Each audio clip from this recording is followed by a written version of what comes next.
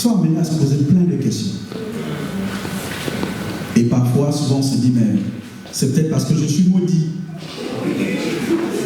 Ou bien les parents ont fait quelque chose, ils ont mangé le cœur de la vache et ça a amené la malédiction dans la famille.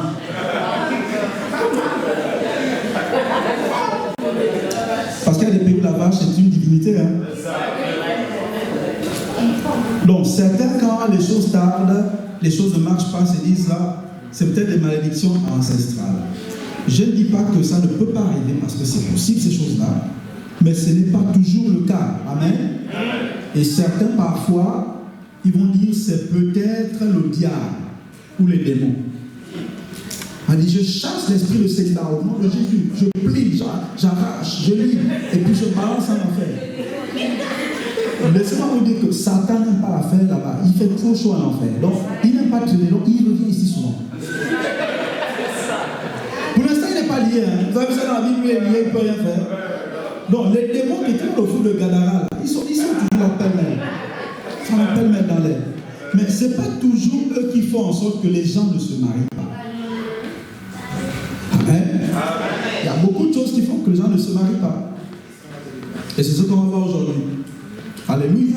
Et si tu comprends les conseils que je donne là, et comme un sage architecte, tu les mets en pratique, je t'assure qu'au bout de quelques mois, ou un an ou 2 ans, tu vas venir ici avec une alliance. Ta démarche va changer. Ok. Amen. La première raison pour laquelle les gens ne se marient pas, c'est qu'il y en a qui sont nés pour rester célibataires. Il y en a qui ne sont pas appelés à se marier. Hein. Et ils sont peut-être là dans cette salle. On n'est pas tous appelés à se marier. Ça commence bien. Matthieu 19, du verset 11 à 12, version Semeur, et on prépare Apocalypse 14, 4. Matthieu 19, verset 11 à 12, version Semeur. Amen, je vais lire. Il leur répondit, tous les hommes ne sont pas capables d'accepter cet enseignement. Ça, c'est ce que Jésus a dit. Quand même aujourd'hui, tu as vu, il y a des réactions. C'est dur d'accepter ça. Il dit, cela n'est possible qu'à ceux qui en ont reçu le don. On continue, verset 12. En effet, il y a ceux qui ne peuvent pas se marier parce que de naissance, dit de naissance, ils en sont incapables. Pourquoi? Dans la version Lue seconde, la Bible dit, certains sont eunuques depuis le ventre de leur mère. Donc, il y en a qui sont venus sur terre pour ne pas regarder femme ou garçon. Oui. Donc, si tu es dans ce cas-là, ne va pas embêter les gens avec ton mariage. Parce que tu vas arriver là-bas et puis tu dis, mais je suppose que ça ne m'intéresse pas.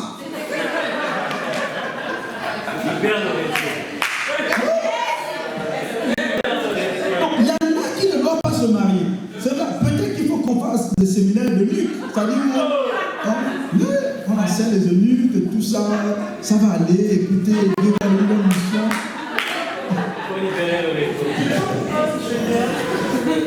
Donc, certains ne doivent pas se marier. Je vais continuer. D'autres, enfin, renoncent à se marier à cause du royaume des cieux. Il y a aussi une autre catégorie de personnes, eux-mêmes, ils disent non, j'aime tellement Jésus, je ne suis pas eunuque, mais je décide moi-même de ne pas me marier.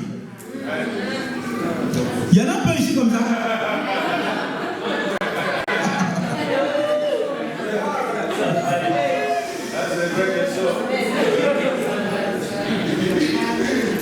Je termine. Que celui qui est capable d'accepter cet enseignement l'accepte. Acceptes-tu cet enseignement, mon frère? Ma soeur, tu acceptes? Il n'y a pas beaucoup de même. Demande à celui de gauche, est-ce que tu acceptes l'enseignement? Tu acceptes cet enseignement, frère? Tu acceptes? Tu acceptes? Écoutez, l'apôtre Paul a dit, celui qui se marie fait bien, celui qui ne se marie pas fait. Ok, je reprends. Celui qui se marie fait. Celui qui ne se marie pas fait mieux. Entre mieux, bien, qu'est-ce que je peux dire? Amen. Amen. Est-ce que Jésus était marié? Non. Donc il a fait mieux.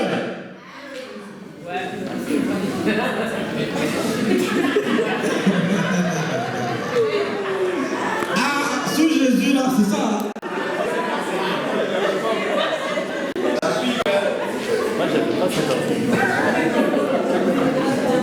Amen. Il y en a qui ne doivent pas se marier. Donc, il faut découvrir ça très tôt. Comme ça, tu ne t'embrouilles pas, tu ne te prends pas la tête. Amen. Apocalypse 14, 4. Apocalypse 14, 4. Ce sont ceux qui ne se sont pas souillés avec les femmes. Ils sont restés vierges. Ils ont dit non, nous on reste eunuques. C'est la Bible que je suis en train de lire là. Non, je n'invente rien, c'est là, c'est la Bible. Ils sont restés vierges. Et ils suivent l'agneau partout où il va. Ils ont été rachetés d'entre les hommes pour être offerts comme des premiers fruits à Dieu et à la nuit. Donc, ça confirme ce que Jésus a dit. Il y a un groupe de personnes sur terre qui sont venues pour ne pas se souiller avec les femmes. L'histoire de femmes et tout ça. C'est ça, c'est la Bible. Donc eux, le mariage, ils ne sont pas séminaires de mariage, ça ils intéressent pas. Alléluia. Donc peut-être qu'ici, il y en a comme ça. C'est pour ça que parfois, il faut arrêter de... Si l'autre ou l'autre a une façon d'être là, sans que c'est un eunuque, il ne faut pas l'embêter, non, marie-toi, marie-toi, marie-toi. Amen. Ça, c'est la première raison. La deuxième raison pour laquelle certains tardent à se marier, c'est parce que certains ne savent pas discerner le temps du mariage. La Bible dit qu'il n'est pas bon que l'homme soit seul. Ça veut dire qu'il y a un temps où il est bon que tu sois seul. Et quand le temps d'être seul est là, il ne faut pas chercher mariage. La Bible dit ne réveillez pas l'amour avant le temps. Donc il y a un temps où on peut réveiller l'amour, mais il y a un temps où ça doit dormir là où il est. Qu'est-ce que je fais pendant le temps où je ne dois pas me marier? Je m'intéresse à mon appel. Je m'intéresse à ce pourquoi je suis venu sur la terre. Je m'intéresse aux dons que Dieu m'a donnés. Je suis bon en musique, je les développe. Je suis bon en littérature, je développe ça. Je suis bon en sport, je développe. Donc je m'intéresse à tout le bagage que Dieu m'a donné. Puisque je dois rendre compte de comment j'ai géré les talents que Dieu m'a donnés. Donc je m'intéresse à ça. Et non au mariage. Il y a un temps où tu ne peux pas te marier. Il y a un temps où tu dois d'abord rester là seule. Alléluia. Maintenant, l'autre chose, c'est que quand la saison du mariage arrive, il faut avoir suffisamment de discernement pour savoir que là, c'est le temps de te marier. Parce que quand le temps de te marier aussi est arrivé, ben, il faut entrer dans le mariage. Parce que si tu ne sais pas reconnaître le temps du mariage, la saison de visitation pour le mariage pour toi, tu peux traîner et finalement tu peux ne pas entrer. Ou bien entrer et puis après, ça ne ressemble même pas à ce que ça devait être. Il y a des choses dans la vie qu'on doit faire au moment même. Par exemple, si ton billet d'avion est pour 10h15, si tu arrives à 10h30, c'est trop tard. Donc, il faut apprendre. Ça me rappelait, j'ai donné l'exemple à Rennes. Dans une église, il y avait le révérend Maïs Mondro qui est auprès du Seigneur. Il y avait un papa de 75-76 ans qui avait décidé de se marier. Il a trouvé une maman là, quelque part dans l'église. Donc il a pris sa femme. Et quelques mois plus tard, le pasteur allait le voir. Il dit, alors, ça va le mariage, c'est bien? Il a dit, ben, je ne sais pas ce qui m'a pris pour aller m'embrouiller avec elle. Il me reste que quelques années à vivre, je ne sais pas. Qu'est-ce qui m'a pris d'aller m'embarquer dans ça? Donc, il y a un temps où tu dois te marier. Amen. Il y a un temps où tu dois te marier. Il y a un temps où tu dois te marier. Donc, il faut, là, c'est le discernement. tu es un homme de prière, une femme de prière, il faut demander à Dieu d'ouvrir, illuminer les yeux de ton cœur, de faire tomber les écailles pour que quand la saison est là, tu sens déjà que c'est la saison. Amen. Amen. Très important. Troisième raison, c'est la troisième? Ok. La troisième raison pour laquelle certains tardent à se marier, c'est à cause du mauvais caractère et de la paresse dans le travail de son caractère. Le mariage, on le maintient par son bon caractère. Il y en a qui s'en foutent du caractère ou sont paresseux dans le travail du caractère. Tu ne peux pas tenir un mariage avec un sale caractère. Alléluia. La Bible dit en Proverbe 18 au verset 22, toutes les versions anglaises là, il dit He that finds a wife. En français, c'est celui qui trouve. Ah, c'est quelle version ça? Celle d'avant là, c'était quoi? Ah, c'est la semeur? Remettez la semeur alors. Parce que dans certaines versions françaises, c'est celui qui trouve une femme. Mais en fait, c'est celui qui trouve une épouse, trouve le bonheur. Mais comment tu peux trouver une épouse si elle est censée être célibataire? Non, c'est parce qu'elle est épouse avant même de se marier. En d'autres termes, elle a le caractère d'une épouse et non d'une fille avant de se marier. Il a le caractère d'un époux et non d'un garçon avant de se marier. En d'autres termes, tu dois d'abord tuer, mourir à tout ce qui est de l'enfance avant de te marier. Amen. Donc, pendant que tu es célibataire, si tu sais que tu n'es pas eunuque et que tu veux te marier vraiment, travaille ton caractère. Alléluia. Travaille ton caractère. Il y a des choses de l'enfance auxquelles tu vas mourir. Les enfants sont capricieux. Le mariage n'est pas fait pour les capricieux. Caprice ici, caprice là, caprice. C'est pas pour les enfants. Là-bas, on ne fait pas ça. Amen. Les enfants sont instables. Le mariage n'est pas pour les gens instables. Aujourd'hui, tu veux ça, demain, tu veux autre chose. Aujourd'hui, tu veux ci, demain, tu veux ça. Non, ce n'est pas pour les instables. Alléluia. Chez le jeune homme, enfin le garçon, il y a des choses qu'il doit tuer avant d'entrer au mariage. La violence physique et verbale. Tu ne peux pas entrer dans le mariage, tu es un gars violent. Parce que la sœur a besoin de quelqu'un qui la protège, elle a besoin de sécurité. Elle ne veut pas épouser quelqu'un qui en fera un sac de boxe à la maison. Donc la violence physique et verbale. Si tu es quelqu'un, le point imparti, va t'inscrire dans les taekwondo, des choses comme ça, tu te dépouilles sur ça. Tu vas pas aller taper la fille de Jésus là-bas dans le mariage. Amen. Tu fais du sport. Si tu es hyperactif, tu fais même 4, 5, 6 sports. La violence physique et verbale. L'autre chose à tuer chez le jeune garçon avant de se marier, c'est l'égoïsme. Les garçons parfois sont égoïstes. Les enfants jouent, quand tu touches au jouet de l'enfant, ils disent non, c'est mon jouet, c'est mon jouet. Non, le mariage n'est pas pour les enfants, c'est pas pour les égoïstes. Quand tu te maries, même fiancé, déjà c'est un niveau de fiançailles, hein, tu vas au McDo, quand tu achètes McDo, tu achètes là pour 2 personnes. Ah oui! Parce que tu peux te marier et maintenir certains réflexes célibataires. Donc tu ne peux pas être égoïste et marié. Tu penses maintenant à 2 personnes. J'ai mangé, est-ce qu'elle a mangé? Est-ce qu'elle a ceci? Est-ce qu'elle a cela? Donc ce n'est pas pour les égoïstes. Tu ne peux pas prétendre te marier et être quelqu'un de peignafro, comme on dit au pays. Peignafro, la main est fermée. Jamais on va la couleur de ton argent. Ça c'est haram, c'est totem ça. C'est totem. Une femme ne doit pas toucher. Il y en a même qui disent non, ne jamais donner. Je vais rencontrer un monsieur qui dit tu ne dois jamais donner ta carte bleue à ta femme. Ah, tu as appris ça où? Donc tu ne peux pas être un bon mari et être fermé comme ça. Fermé. Avare. Tu vas mourir à l'avarice. Parce que Dieu a commandé à l'homme d'aimer sa femme et aimer c'est donner le meilleur. Tu ne peux pas être marié et avare. Tu es généreux. Amen. Important. Tu ne vas pas te marier et être escroc. Ah, il y en a plein comme ça. fait tout. Le téléphone portable, c'est la seule qui achète. La voiture, c'est la seule qui achète. Les amis, c'est la seule qui achète. Même le ticket du tram, c'est la tram. Je ne peux pas ticket là. Mon ticket, wesh.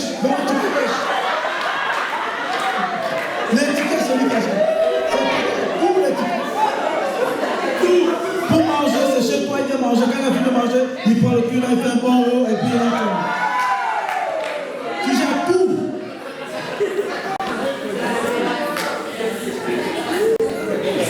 Tu ne peux pas être escroc et aller dans le mariage. Meurs à l'escroquerie. Amen. Chez la jeune fille, qu'est-ce qu'il faut tuer avant notre mariage en termes de caractère? L'impolitesse.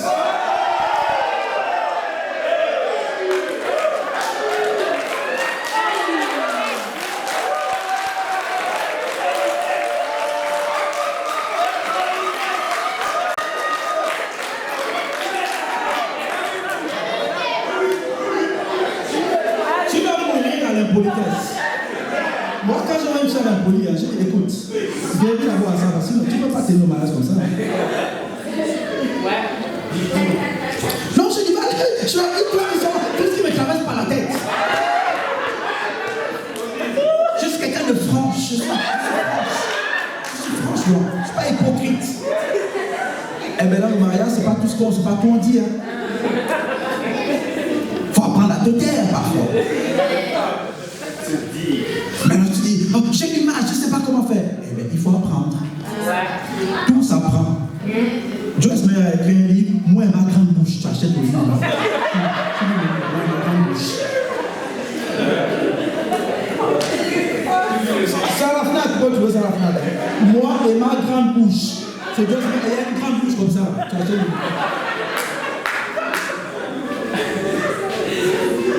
Le mariage n'est pas pour les filles impolies. Parce que l'instruction que Dieu a donnée pour la femme, c'est de respecter son mari. Tu ne peux pas parler à un mari impoliment. Tu peux pas faire ça. Mike Murdock dit que chez tout homme, tu peux parler soit à l'insensé, au fou, ou bien au roi. La femme, ça, c'est parler au roi. Parce qu'impoli, tu peux révéler le côté agressif de l'homme. Parce que ce n'est pas l'homme qui s'est créé lui-même. C'est Dieu qui a créé l'homme. Et il a donné une bonne dose d'agressivité. Ah, non, mais c'est vrai. C'est ça, vous allez voir, le jeune là, la fille joue avec les poupées, tout ça. Le gars, il est déjà dans les kalachnikovs, les voitures, il joue avec les armes. Il est agressif. Donc, si tu vas parler à l'insensé, il peut te montrer qu'elle est petite. Donc, quand tu joues à la poupée, moi je joue aux armes, hein. Tu peux voir ça. C'est pour ça que la sagesse d'Abigail est louée. Quand David voulait aller en finir avec Nabal, mais Abigail a su parler au roi qui était en David. Parce que David, c'était aussi un gars, attention. Le gars, il a tué Goliath, il marchait avec la tête dans le quartier comme ça, la tête d'un géant. Il a pris 200 prépuces, il a mis ça dans le sac et puis il a amené ça au palais pour donner à Saül. David. Donc, elle a dit, ah, celui-là, je parle au roi. Donc, quand tu es une femme, il faut savoir parler. Tu veux voir quelle face chez ton futur mari ou ton mari. Tu veux voir la face royale? Parle au roi. Il y a une façon de parler à un roi. Quand Abigail allait voir David, elle s'est prosternée, elle s'est allongée. Je n'ai pas dit qu'il faut t'allonger, mais on fait ça. C'est l'attitude plutôt. Elle s'est allongée devant David. Cette humilité-là, ça manque aujourd'hui. Ça manque.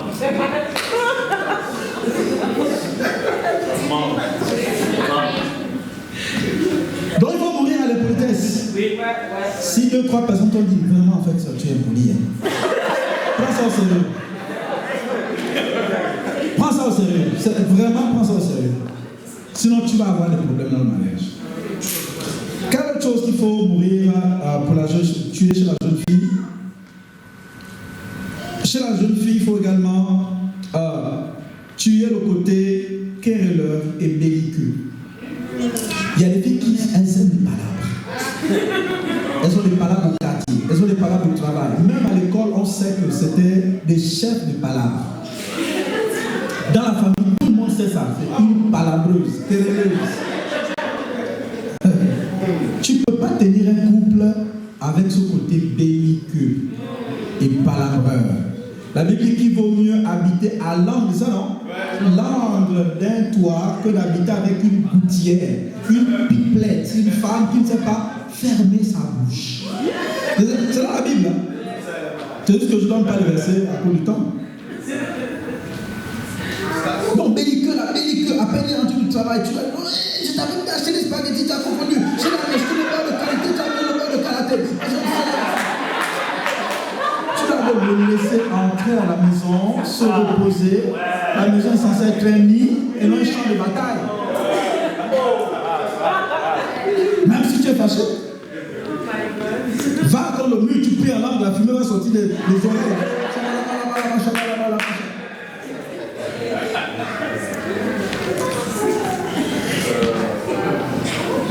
Donc tu dois mourir à ces traits-là. Le mariage est fait pour les êtres qui sont morts à eux-mêmes. Amen.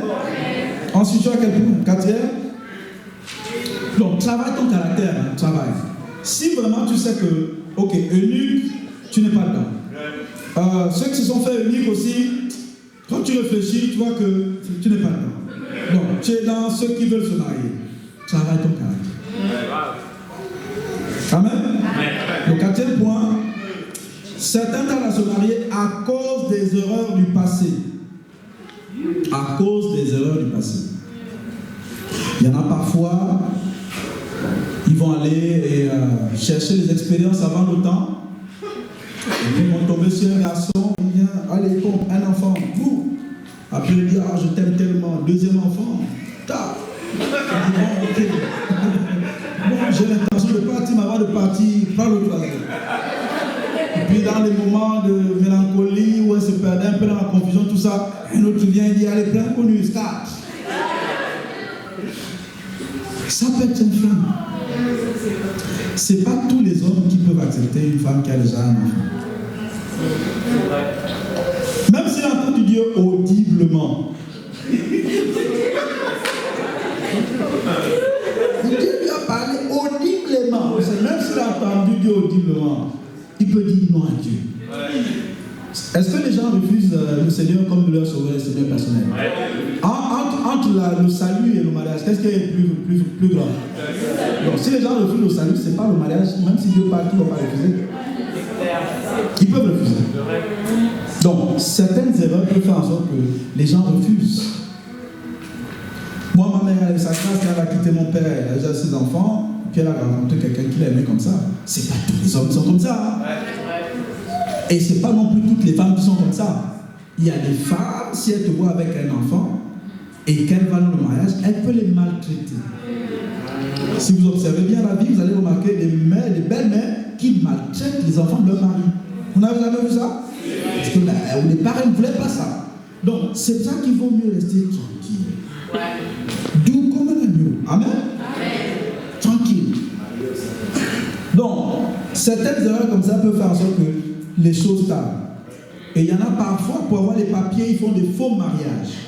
Des mariages blancs, comme on appelle. C'est-à-dire, tu veux tellement avoir les papiers, vite, tu vois quelqu'un dans la ville et tout ça, tu fais un faux mariage, et puis après, on te donne les papiers, tu es français. Ok, ça va t'aider pendant un temps. C'est là, les raccourcis, c'est pas bon. Tu vas passer par la voie légale. C'est important de passer par la voie légale. Tu veux rester en France, tu veux faire les études, tu veux rester en France, mais tu vas à la préfecture, tu demandes la naturalisation française, tu prends le dossier, et puis tu vas. S'ils refusent, c'est bon, ok, tu repars chez toi. S'ils acceptent, gloire à Dieu. Ah ben oui. Donc, passer par des raccourcis, c'est pas toujours bon. Parce qu'à un moment donné, l'homme de ta vie ou la femme de ta vie arrivera. Maintenant, après, là, pour te marier, ben, tu ne peux pas faire le mariage en France. Non, ici, la polygamie n'est pas tolérée. Hein. C'est pas toléré dans la Bible, c'est pas toléré en France. Donc, il va falloir te marier. Et la personne n'est pas obligée d'être aussi pressée que toi. Maintenant, il faut aller divorcer avec la personne. En moyenne, c'est 2 ans par là. C'est beaucoup de paperasse, c'est beaucoup de rendez-vous, et c'est aussi de l'argent pour avoir des avocats. Donc, les raccourcis, en général, ça rattrape le vent. L'autre chose, c'est que certains Sur le 4e point encore, dans certaines erreurs du passé, il y en a qui ne sont pas morts à leurs ex.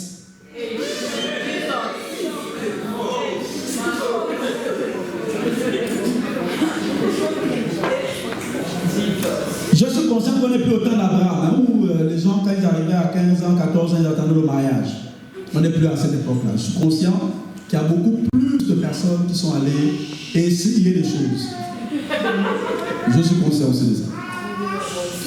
Donc, quand tu as eu des expériences sexuelles avant le mariage et que tu veux te marier, va falloir mourir à ça, à ces expériences-là.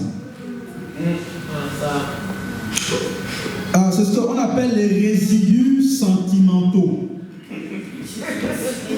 L'âme que tu vois là, l'âme garde des choses. Quand tu n'es pas mort à ça, c'est-à-dire si tu n'as pas été avec un Chinois, dès que tu penses mariage, tu vas penser à Chinois. Maintenant, si tu as été avec quelqu'un, par exemple, qui est fin, costaud, dès que tu penses mariage, il faut un fin, costaud. Si tu as été avec une femme fine, pour mariage, il faut aussi une femme fine. Si tu as été avec une femme bien chargée, toi aussi c'est une femme bien chargée. Il faut d'abord mourir à tes ex. Et il y en a, c'est plus de 10 ex. Donc il faut mourir à chaque ex. Ex6, X2, X3, X4, X5, X6. Pourquoi? Parce que si tu n'es pas mort, mais j'ai plus de 10 ans de pastorat. Et j'ai observé. Certains, quand tu vois leurs critères, en fait, ça ressemble à leur ex. À cause des résidus sentimentaux. C'est-à-dire que certains parents qui ont déjà été, peut-être vous allez voir mon frère qui est blanc, qui a été avec une black, quand il se sépare, il a tendance à repartir avec quelqu'un comme elle. Oui. Et quelqu'un qui a été avec une blanche, ben, quand il finit, ben, quand ça se passe mal, ben, il a tendance à rechercher encore quelqu'un pareil. Ce sont les résidus, c'est dans l'âme là-bas. Donc il faut mourir à ça. Parce que le risque, c'est que quand tu arrives là-bas, tu dis non, mais l'autre, il n'était pas comme ça. L'autre, il savait, tu vois. Donc, tu vois les comparaisons. Tu as déjà entendu ça dans la société où les gens se plaignent parce qu'on les compare. Il faut vivre pour entendre ça. Tu vas comparer sans cesse. Oh, lui, il était comme ça. Oh, il cuisinait comme ça. Oh, elle disait toujours bonjour. Oh, il m'a pas apporté les fleurs. Donc, toute ta vie dans le couple, tu vas vivre en train de comparer quelqu'un que Dieu t'a donné. Dieu ne donne pas du vin nouveau dans les vieilles outres. Amen. Important de mourir à son ex. Meurs bien à ton ex. Quitte à ce que tu restes sans parler avec lui pendant des années pour bien mourir. Tu as encore 4e point. Certains tardent à se marier parce qu'ils ne sont pas guéris des blessures des relations passives. Vous savez, une relation peut mal se passer quand vous vous séparez. En général, toutes les séparations font mal. Mais il y a des mauvaises séparations. Il y en a quand ils se séparent, c'est à coup de poing. Il y en a, ils se lancent des trucs sur Facebook, WhatsApp, ils s'insultent. D'autres même, ils sortent les vidéos, les photos, les trucs. Mais bien sûr, donc ça peut mal se passer. Et souvent on dit que les personnes blessées blessent. Quand vous avez divorcé, avant de vous remarier, soyez guéris intérieurement. C'est émotionnellement et tout ça. Amen. Pour ne pas aller blesser les autres là-bas. Amen. Important. 5e point. C'est au 5e, hein? Ok. 5e point. Certains tardent à se marier à cause de la légèreté. La légèreté, c'est-à-dire il y a des personnes que sont même à l'église, mosquée, tout ça, synagogue, le gars il tire sur tout ce qui bouge. Il ne peut pas rester seul. Il y en a comme ça en France, surtout quand c'est l'hiver, c'est compliqué. Donc il tire sur tout ce qui bouge. Il voit une blonde, il va chez la blonde. Il voit une brune, il prend la brune. Il voit l'asiatique, il me dit, moi je suis l'ONU, je suis international. Venez comme vous êtes, venez. Venez. L'inconvénient dans ça, c'est que ça te donne une réputation. Si tu es un frère à l'église, et si un autre, tu as 2 filles, tu as les draguer. Frère, si tu es célibataire, ne va pas trop draguer les filles précisément. Ouais. Parce qu'avoir plusieurs tôles, plusieurs râteaux, c'est-à-dire 1 nom, 2 noms, 3 noms, 4, 5, 6 noms, c'est pas bon, ça donne une mauvaise réputation. Et les sœurs que tu vois là, elles se passent le mot. Oui. Il t'a dragué aussi, il m'a envoyé un message à 2h du matin. Ça te donne une mauvaise réputation. Donc, l'autre côté chasseur et prédateur, donc tu gardes tes cartes. Tu gardes les munitions. Faut calme, tu attends.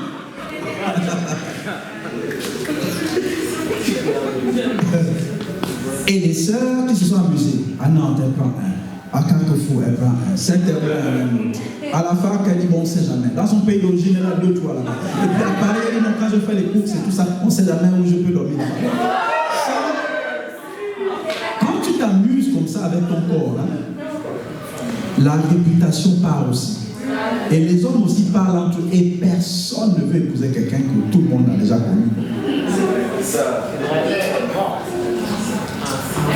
En même temps, ça épuise ton corps. Parce que tu en auras besoin là-bas. Tu en auras besoin. On va pas le mariage avec un corps fatigué. Tu n'as même pas un corps fatigué. Oh my God. Donc, il faut pas aller l'épuiser avant le temps. Arriver dans le mariage, oh, toi aussi, tu demandes trop, je suis fatigué. C'est moi qui te demande d'être fatigué.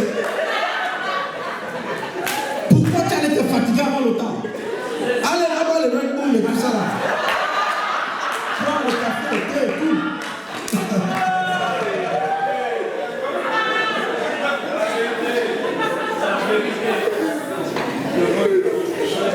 Écoutez, on ne parle pas aux anges. Les anges ne se marient pas.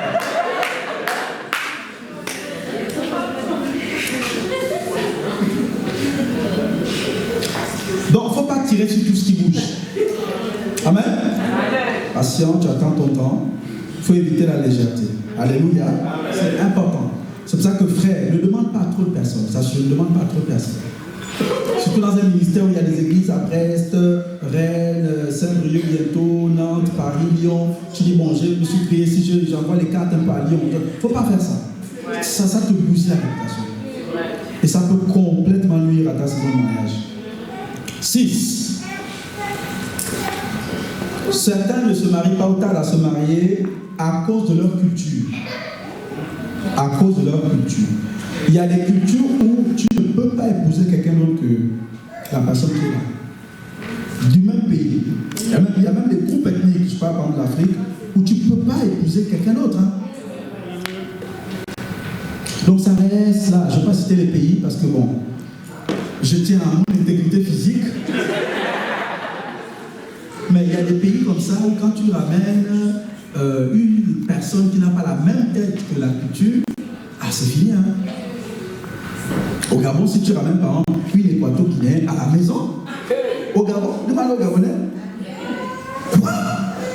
Une équato à la maison, une équato?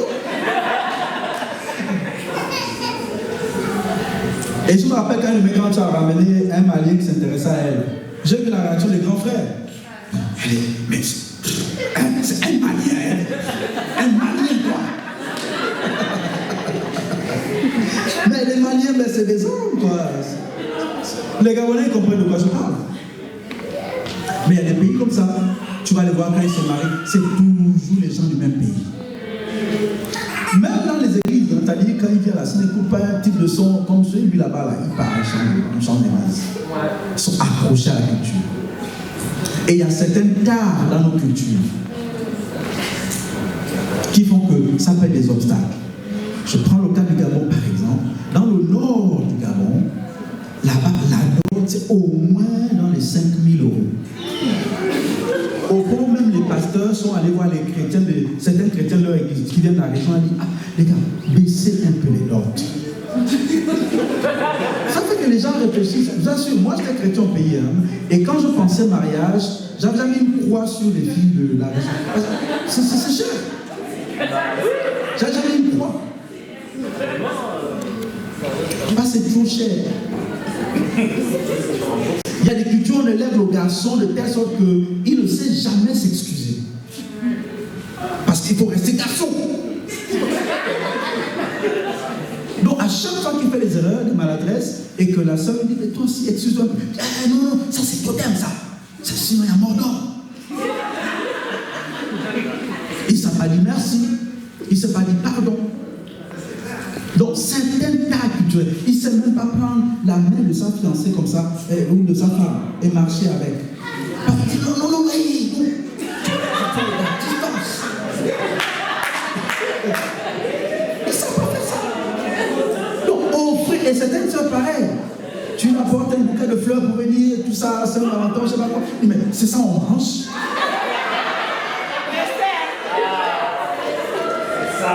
Dans la culture. Donc, la culture peut être un frein. Donc, il faut savoir bien prendre ça. Et pour ceux qui se marient où il y a la dot, je vous assure, un conseil, préparez déjà les parents en avance. Vraiment, mon mari vient de commencer le travail, moi-même je suis un peu étudiante, s'il te plaît, vraiment, diminue un peu la liste. Parce que certains, quand ils reçoivent la liste de la dot, il prend la calculatrice, il regarde son salaire, il regarde 3 fois le salaire. Il dit, bon, on peut pas. Mathématiquement, c'est pas possible. Pas possible. Fin du combat, c'est fini. On s'arrête là. Ok, 7. Certains ne se marient pas parce qu'ils sont, ou tardent à se marier, parce qu'ils sont trop exigeants sur certains critères physiques, intellectuels et financiers. Pour se marier, il faut apprendre à regarder au-delà de l'emballage. Amen. Sois pas trop exigeant sur le critère physique. Certains, il faut toujours que les hommes soient grands. Et nous, les cours, qu'est-ce qu'on aurait fait? Regarde l'idiot. L'idiot, lève-toi, regarde l'idiot. Il est court. Lui n'est pas trop grand non plus. Lui aussi, il est court, il est marié. Donc, si on te suivait, toi, donc nous, les cours, on allait rester comme ça.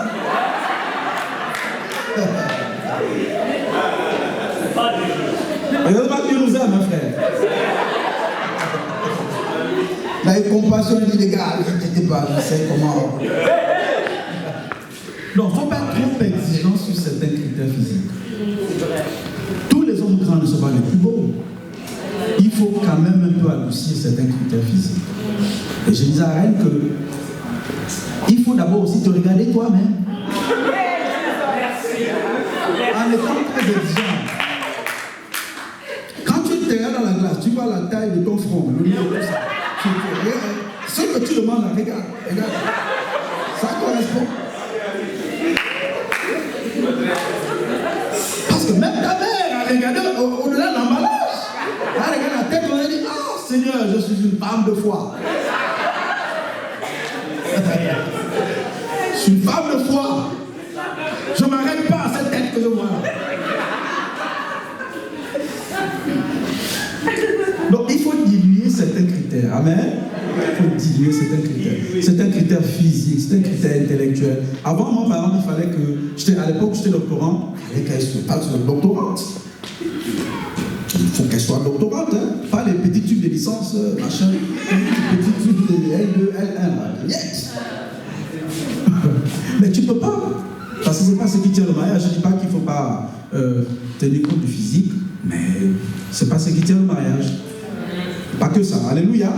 C'est important d'aller regarder au-delà de l'emballage. Parce qu'il y a une part de débroussaillage.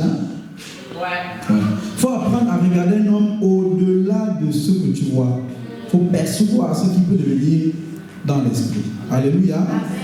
Tu ne peux pas avoir un homme tout fait, tout ça. Il y a toujours une part que tu vas devoir travailler. Amen. Le 8e point, certains tardent à se marier à cause de la précipitation. Il y en a qui sont trop pressés et tuent parfois le projet de mariage des fiançailles dans le cœur. Je sais qu'il y a beaucoup là qui ont eu des expériences. Ils sont allés, c'est lui là, c'est l'homme de ma vie, machin. Ils étaient tellement pressés. Et souvent c'est parce qu'ils ont faim. On ne se marie pas quand on a faim. Quand on a trop faim.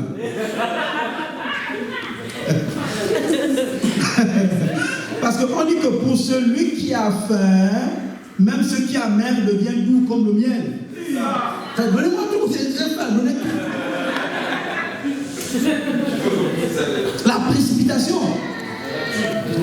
Beaucoup de frères, hein, quand ils regardent une sœur et que c'est la femme de leur vie, les sœurs c'est même pareil. Ils vont d'abord courir au corps. Ce qui va les motiver, c'est d'abord connaître le corps de la personne. Et toutes les questions qu'ils vont avoir par rapport à la fille ou au monsieur, ça va tourner autour du corps. Pourquoi? Parce que surtout quand ils ont goûté à certaines choses, ils se disent, mais j'ai pas envie d'aller avec un bleu, quoi. Ah, je veux pas être blessé quand même, attends, il faut quand même quelqu'un, ça tient la route.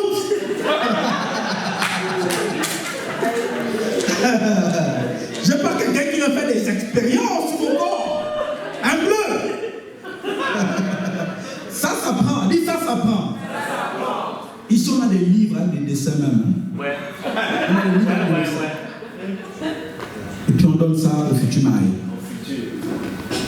Donc ça prend. Mais allez, je ne dis pas qu'il faut mépriser le corps, mais il y a un temps où on s'intéresse à ça. Déjà, tu ne peux pas épouser quelqu'un qui ne t'attire pas physiquement. Il faut. Absolument. Et nous, quand on suit les couples, en privé, dans les pré-fiançailles, fiançailles, on demande. On a une question claire, cash, que je vais poser ici. On te demande. Et si tu dis non, on arrête. On a déjà arrêté des choses comme ça. Parce que là-bas, tu ne vas pas épouser quelqu'un, vous allez étudier la Bible tous les jours. Étudions la Bible, oui, Matthieu 21. On va dans l'évangile selon Saint-Luc.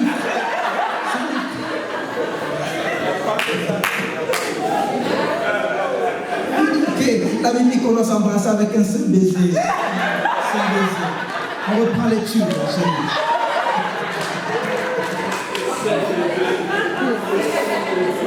Non, c'est pas ça que je dis. Mais dans les pré-fiançailles et les fiançailles, concentrez-vous sur l'étude de l'esprit et de l'âme de la personne. Parce que le corps, à un certain âge, il peut plus, quel que soit ce que vous pouvez prendre, toutes les pilules que les gens vendent sur Internet là, pour le corps. À un âge, c'est fini. C'est fini. Donc, au lieu de chercher à aller faire des chorégraphies physiques et des acrobaties avec le futur ou la future, on s'intéresse à l'esprit et l'âme de la personne. L'esprit, quel est son appel? Quelle est la vision de Dieu pour sa vie? Qu'est-ce qui l'intéresse? On peut commencer à parler des prédications. Ah, tiens, le message de l'apôtre à Paris. D'ailleurs, que je vous conseille, 2 messages. C'est vraiment intéressant. Regardez les messages à Paris. Et puis on épluche le message. Vers les 19h, 22h, on ne parle plus dans ce genre. On n'envoie plus les SMS à la personne à 22h. Parce que le corps est fatigué. Et puis, quand on est fatigué, on peut perdre un peu le réseau. Donc, on évite un peu de choses. On s'intéresse à l'esprit de la personne. Parce que l'esprit est éternel. Tu l'auras tout le temps. Ensuite, on s'intéresse à la dimension âme. C'est-à-dire, quels sont les centres d'intérêt de la personne? Est-ce que la personne aime le cinéma? Est-ce que la personne... Qu'est-ce qui énerve la personne? Qu'est-ce que la personne aime? Qu'est-ce qu'elle n'aime pas? Quels sont les restaurants favoris de la personne? C'est là où on développe l'amitié. C'est quand certains se marient et arrivent dans le mariage, ils sont comme des tableaux, quoi. Ils ne savent pas communiquer. Ils ne savent pas rigoler avec la femme, ils ne savent pas blaguer ensemble, ils ne savent pas marcher, ils ne savent pas se détendre. Tout est sérieux, on dirait au tribunal. Mais ça, c'est dans les pré-fiançailles et les fiançailles qu'on développe ça, en posant des questions, en faisant des ajustements, en développant l'amour filial, l'amour amical. C'est là qu'on développe ça. Parce qu'à un certain âge, quand le corps ne va plus tenir, mais c'est là qu'il tient les choses, là, mais l'esprit tient les choses. On s'entend bien. Sinon, les gens vont divorcer quand ça ne va plus. Dans la précipitation, ne cherchez pas, courez pas après le sexe quand vous rencontrez quelqu'un. Perdez pas le réseau. Restez digne. Amen. Amen. Ensuite, 7e point, c'était quoi? 6e ou 7e? 8e, ok. 9e point. 9e point, les frères et sœurs trop spirituels. Trop spirituel. Ils n'ont que les versets dans la tête. Et moi, j'étais comme ça. Hein. Moi, j'étais comme ça. Quand je suis arrivé, j'étais tellement broke, rétrograde. J'ai dit non, il faut que je rachète le temps. J'ai fait 7 années de rétrogradation. J'ai dit non, il faut que je me rachète. Parce que le temps où j'étais rétrograde, les boîtes de nuit, tout ça, machin, là. Et j'étais trop spirituel. Jusqu'au jour où mon pasteur m'a dit, mais tu ne peux pas te marier en étant trop spirituel, frère. Redescends, tu es sur terre. Je dis, mais qu'est-ce que tu veux dire, pasteur? Donne-moi le verset.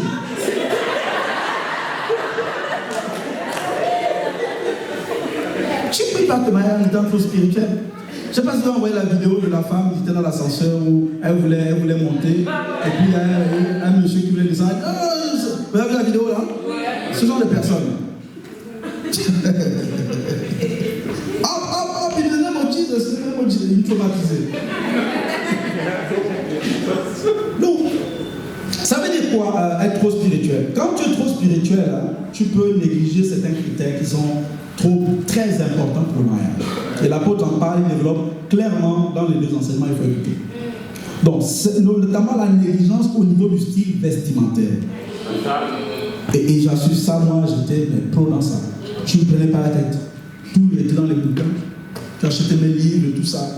Les temps de retraite, je disais, style vestimentaire, basket, grosse basket, jean, petit jean, machin. Mais les trucs bizarres. Je vous amène les photos comment je m'habillais avant. C'est prêt là-bas? Balancez la première fois, vous allez voir.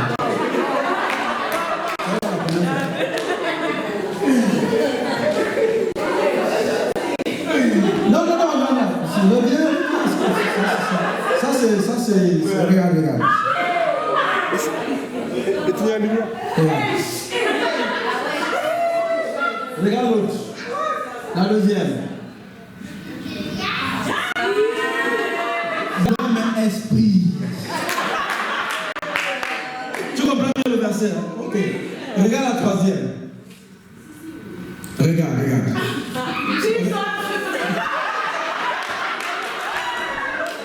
Tu as vu la chemise là? On dirait un fleuriste. Montre la chaussure.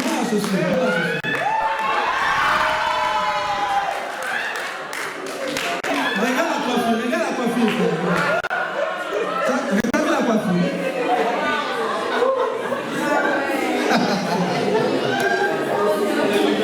Il fallait qu'un jour oublié de cacher les têtes de ces gens parce qu'ils sont déjà importants. Pardon, monte. Non, monte, continue. Regarde. Et là la tête. Continue.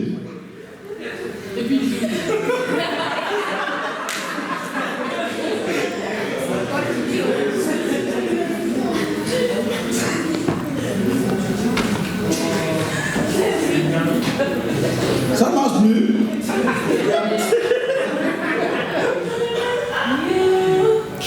Fallait mettre un diapo, mais bon.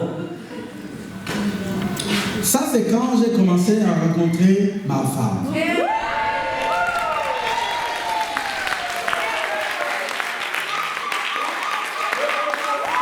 Des filles encore.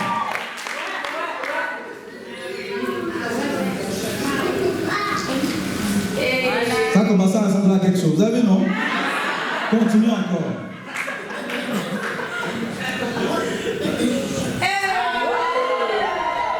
Continue encore. Le mal.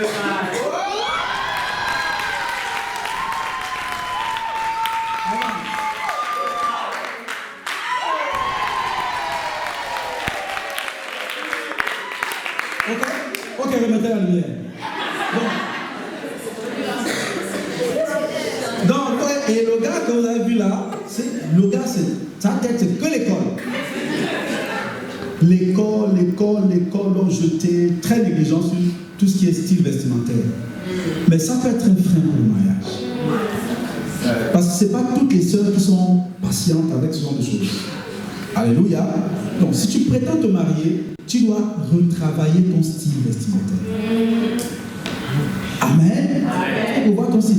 Et parfois, tu ne sais pas, tu as un mauvais style vestimentaire. Pour toi, c'est la finale. Là où tu as vu là, c'est au max. C'est ça, demande aux frères et sœurs de l'église. Ça prend aussi. Tu dis, viens, on va te montrer comment ça vit. Amen. Négligence, donc ça, on ne vient pas, c'est un peu là, on ne vient pas là. Négligence au niveau de la laine. Les super spirituels, les super spirituels, quand il a eu son temps de prière, de méditation, c'est bon, il peut sortir. C'est pas laver les dents, il n'y a pas de souci. Je vais adorer le Seigneur ne voit pas tout ça. Je parle de l'esprit, lui l'esprit. Mais sauf que la personne que tu vas épouser, c'est une personne, tu sais. Donc quand tu sors avec des chewing-gums, avec des bonbons, avec des parfums. Et nous, pour nous qui mangeons la nourriture très forte, là, il y a même les comprimés, parce que les plats de chez nous, hein, les trucs fumés, machin, tout ça, avec des épices très forts là, en fait, parfois dans le ventre, ça fait des mélanges. Donc, quand tu parles, ça peut être fort. Et quand tu envoies les gaz aussi, ça peut être aussi fort. Donc là, tu prends des comprimés qui vont neutraliser l'atmosphère à la racine. Vous savez, avec les fiancés, c'est pas au début quand vous avez une haleine forte qu'il va vous dire. Il ne vous dit pas. Ou elle ne va pas vous dire, elle sera gênée, elle dit non, fais ta bouche là. C'est quand elle se passe. Ça dit, tu as remarqué que quand vous marchez peut-être en ville, elle est toujours devant. Tu dis, marche ensemble, on commence. Non, c'est bon, je préfère marcher. Comme je marche un peu vite. Mais c'est parce que ta bouche sent. Tu vois, il te faut des bonbons, des chewing-gums. Tout le temps, il faut ça. La bouche ne va pas sentir le poisson. Surtout quand tu manges du poisson, c'est pas bon.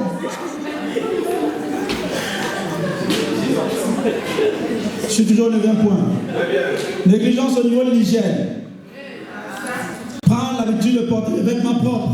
Même si tu n'en as pas beaucoup, porte des vêtements souvent propres. S'ils sont restés longtemps dans la valise ou dans le placard, l'humidité fait sentir les vêtements, et tu vas les laver et tu portes des vêtements propres.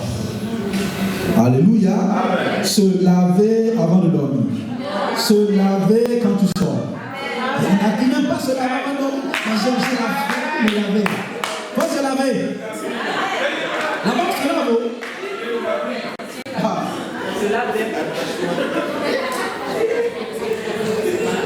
Il y en a qui vont à l'église même sans se laver. Le visage, tac, le déo, et puis aller retour. C'est bon. On se lave avant de dormir, on se lave avant de sortir. Amen. Avoir de bons déodorants. Il y en a que les déodorants qui sentent tous les fétiches du pays. Le bien-être. On est les féticheurs, les gars. Achetons de bons déodorants. Amen. De bons déodorants. Et dans l'hygiène là, quand tu sors là, les oreilles, tout ça, tu prends les cotons là. Parce que quand la soeur va regarder et te parler, elle va les ténèbres, elle va dire. Le nez, tout ça là, tu fais attention. Des bons déos. Amen. Pour les sœurs, souvent laver des perruques.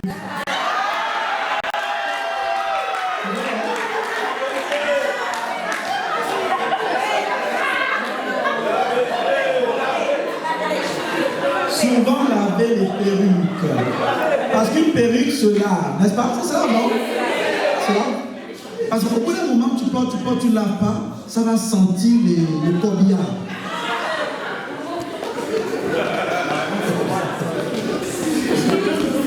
Laver les perruques.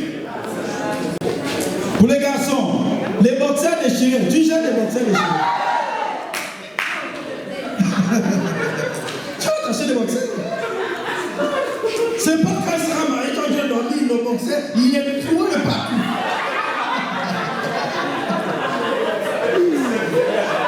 Favorable au gaz.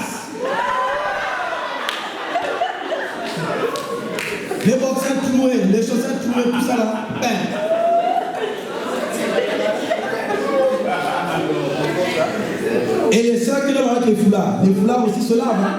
C'est ça. Le foulard se lave, le foulard. Là-bas, tu as mobile, le foulard sans. Va laver le foulard.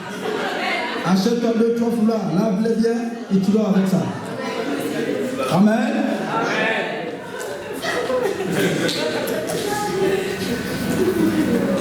Ok. Ne viens pas encore. La négligence dans ce qui caractérise son genre. Vous êtes un garçon, ben, les femmes s'attendent quand même à certains critères universels des garçons. Les femmes aiment bien les hommes sportifs. Ah oui. Même moi, quand j'étais fiancé, je suis dans la salle de sport. À l'époque. Et tu peux continuer même aujourd'hui. Donc, si tu veux te marier, va faire un peu, parce qu'elles aiment bien certains hommes sportifs, un peu assez virils, désolé. Fais du sport. Parce que le sport va te muscler d'une façon, et la démarche de canard là, que tu as comme ça, va devenir un peu bien, quoi. À cause du sport, ça donne une belle silhouette. Amen. Et pour les sœurs, il faut savoir mettre en valeur votre beauté. C'est-à-dire, qu'est-ce que je peux faire pour ressortir la beauté que j'ai ou que je suis? Il faut demander à certaines personnes. On me donne des tuyaux, des conseils. Comment, alors toi, peut-être que le type de coiffure, là, c'est pas comme ça. Couche plutôt les cheveux comme ça. Prends plutôt ceci, cela. Dans les pré-fiançailles et les fiançailles, et les sœurs, il faut tout le temps changer les tenues. Non, c'est vrai. Tout le temps, il faut changer le style, tout ça. Tout le temps changer. Et dans ce qui caractérise une fille, les garçons n'aiment pas les filles qui sont garçons manqués. Garçons manqués. Féminisez-vous un peu. Tu dois te féminiser un peu. C'est pas tout le temps basket jean serré, basket jean, basket comme un garçon. Non. Il faut parfois, tu portes des choses, des ballerines, des chaussures un peu de femme. Parce qu'il ne veut pas épouser un garçon. Il faut se féminiser. Alléluia. Et pour les soeurs aussi, attention au kilo. Parce que si tu n'es pas encore marié et que tu as le ventre d'une femme enceinte, le gars il commence à se projeter. Il se dit, mais quand elle sera enceinte, les gens auront l'impression qu'elle a des jumeaux ou des petits bras dans le ventre. Donc le sport c'est pour tout le monde. Tu peux faire du sport. Amen. Ici il y a des sœurs qui ont des choses là au niveau des ongles, ça fait les ongles. Et il y en a des sujets là, ils ont des vidéos. Donc tu apprends à faire les make-up et tout ça là, comment on fait les ongles, les faux cils, pour tout mettre en valeur. Amen. Comment je peux mettre en valeur ma beauté? Dixième point, la dissimulation de certains détails. Il y en a qui tardent à se marier parce qu'ils dissimulent certains détails. J'ai su un mariage qui s'est arrêté comme ça dans les fiançailles parce que la sœur avait dissimulé qu'elle avait un enfant au pays. Maintenant, c'est sûr que ce n'est pas la première info que tu donnes au monsieur quand il arrive. Non, j'ai un enfant. Non, c'est pas ça. Mais il y a un temps où tu dois lui donner certains détails de ta vie. Non, j'ai un enfant. Parce que lui, il t'a accepté sans ce détail-là. Et à un moment donné, il peut s'arrêter. Il dit non. Moi, c'était sur la base du fait que tu n'es pas d'enfant. Donc, il faut donner certains détails à un moment donné de la relation. La dissimulation peut venir au niveau des dettes. Il y en a, vous savez, être surendetté, parfois c'est honteux. Il y en a, ils ont des dettes partout. Ça, il faut dire, moi je suis surendetté là. Je dois à la CAF, je dois aux impôts, je dois partout là. La table me connaît là-bas, il y a tellement de PV, je ne sais pas pourquoi. Les autoroutes, tout ça, il y a des PV, la RATP à Paris, je suis blindé, je suis vraiment blindé. Donc quand tu veux me prendre là, je suis blindé de dettes. Et vous épluchez ensemble les dettes et il voit si le projet tient quoi. Mais il ne faut pas dissimuler ça. Parfois, certains aussi peuvent dissimuler l'âge. Beaucoup qui sont venus faire du sport ici, beaucoup d'Africains, désolé, mais il y en a plein là, il font le sport, c'est deux âges. Hein. Il y a l'âge, il y a le vrai âge. Qui ne dit pas, quand vous allez voir dans certaines écoles de foot, là où il y a des petits blancs de 13-14 ans, le gars il a 13-14 ans, il a une copine de 18 ans. C'est pas que les gars de 13-14 ans. Le gars il est avec une copine de 18 ans, il a 13 ans.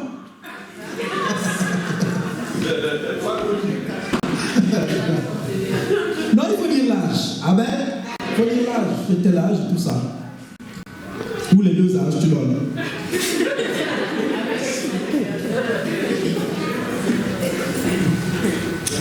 Certains, en fait, au niveau de la dissimulation, échouent parce que, vous savez, quand vous commencez une relation, il ne faut pas rester trop longtemps dans le secret. Parce que Satan, c'est le prince du monde des ténèbres. Donc, une relation que vous commencez, c'est sûr, il y a un temps où vous parlez par SMS, vous voyez, mais il y a un temps où vous devez avoir une couverture spirituelle. Les relations sans couverture spirituelle sont vraiment parfois vouées à l'échec. Donc, il y a un temps où vous devez exposer ça au pasteur ou au responsable. Pour là, je dois rencontrer Juliette, là, et tout. Et là, ça se passe très bien, c'est bon. C'est oublié, là.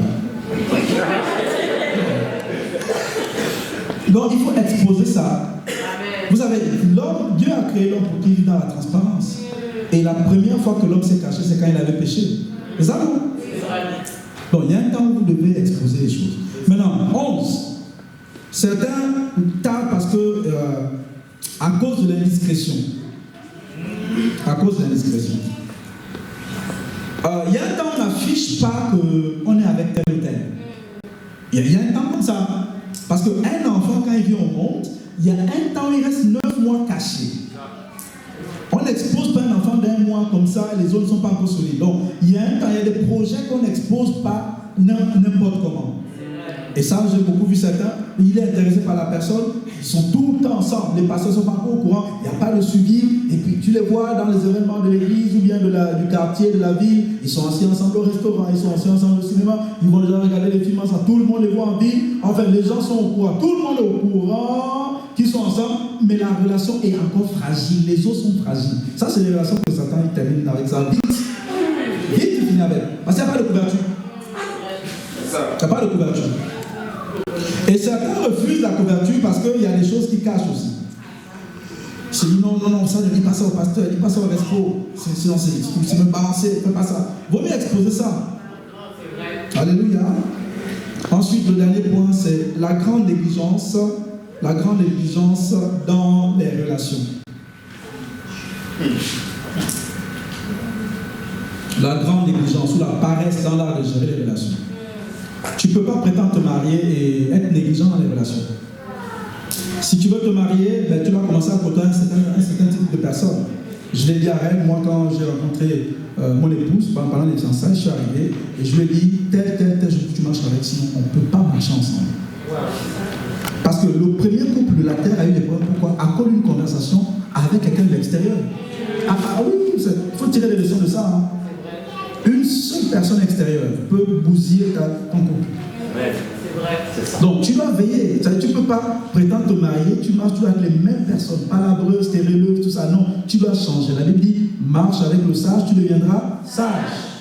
C'est vrai. Marche avec l'insensé, tu t'entoureras mal. Si tu es célibataire, peut-être qu'il faut commencer à côtoyer les hommes mariés de l'église ou de la famille. Ils vont te donner des conseils. Il y a des choses de mariage que je ne peux pas dire ici à l'estrade, que je pourrais te lire en privé ou que certains mariés vont te lire en privé.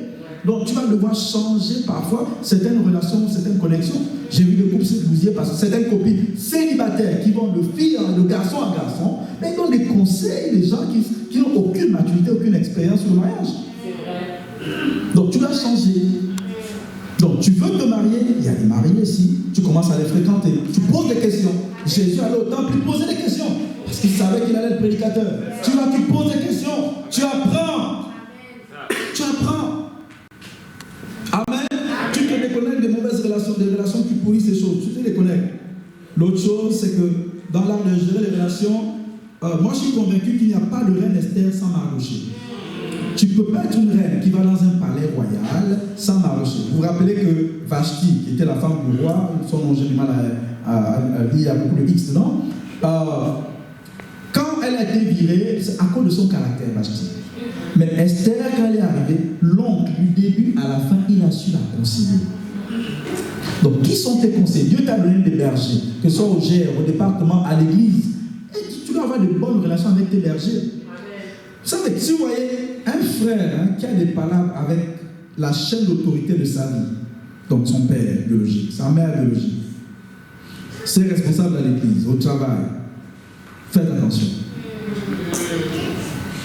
Parce que le mariage, c'est le module, l'un des modules principaux du mariage, c'est l'autorité. C'est pour ça qu'il y a l'honneur, honore ton père et ta mère, parce qu'il y a une autorité là-dedans. Donc tu dois maîtriser le module sur l'autorité. Tu dois être bien avec la chaîne d'autorité de ta vie. Amen. Les parents biologiques, les parents spirituels. Amen. Amen. Amen. Parce que parfois il te faut un homme sage, un mentor sage, amen, un coach sage. Amen. Amen. Je connais des personnes, si je n'étais pas intervenu, peut-être qu'ils auraient déjà divorcé. Je me rappelle une soeur, elle m'appelle un jour, elle me dit non, là je suis dans telle ville, là, c'est bon, je n'en rentre. Je dis mais pourquoi? Elle m'a expliqué les problèmes. Quand vous n'avez pas d'expérience dans le mariage, il y a des problèmes, si on vous explique ça, vous allez avoir mal, oh, mais là c'est fini. Alors que non, c'est la routine le mariage. C'est rien quoi. C'est rien.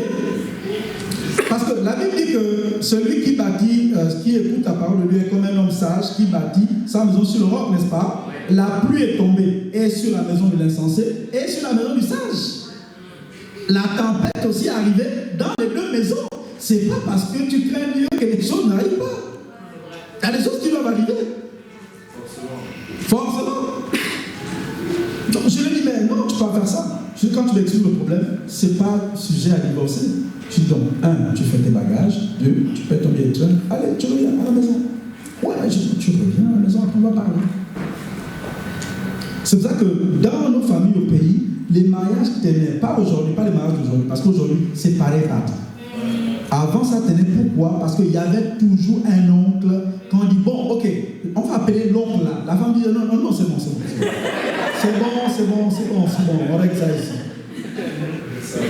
Donc, vous devez avoir une figure, une autorité commune. La parole de Dieu, Dieu lui-même, un pasteur, un responsable, qui, lorsqu'il intervient, dit, ok, madame, ça, tu arrêtes ça, monsieur, tu arrêtes ça, et c'est fini. Amen. Si vous n'avez pas ça, la plupart des gens qui ont divorcé dans les églises que je connais, c'est ça. Ils n'ont pas une autorité qu'ils respectent. Soit c'est le monsieur qui respecte l'autorité, la femme dit non, je fais comme je veux. Soit c'est la femme qui respecte, le monsieur dit je fais comme je veux. Donc quand la couverture manque, Satan, Jésus a dit votre adversaire, c'est pas l'adversaire de Dieu, votre adversaire le diable. Donc lui, quand il n'y a pas de couverture, facilement il va faire n'importe quoi. C'est ça qu'il dit, soumettez-vous à Dieu, résistez au diable. Soumettez-vous, résistez. Soumettez-vous, résistez. Amen. On acclame le Seigneur pour sa parole.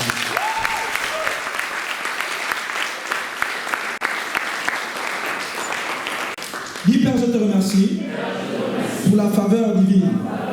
Je proclame et je déclare que je vivrai longtemps. La faveur de Dieu sur ma vie, dans le nom de Jésus. Je fonderai une famille solide.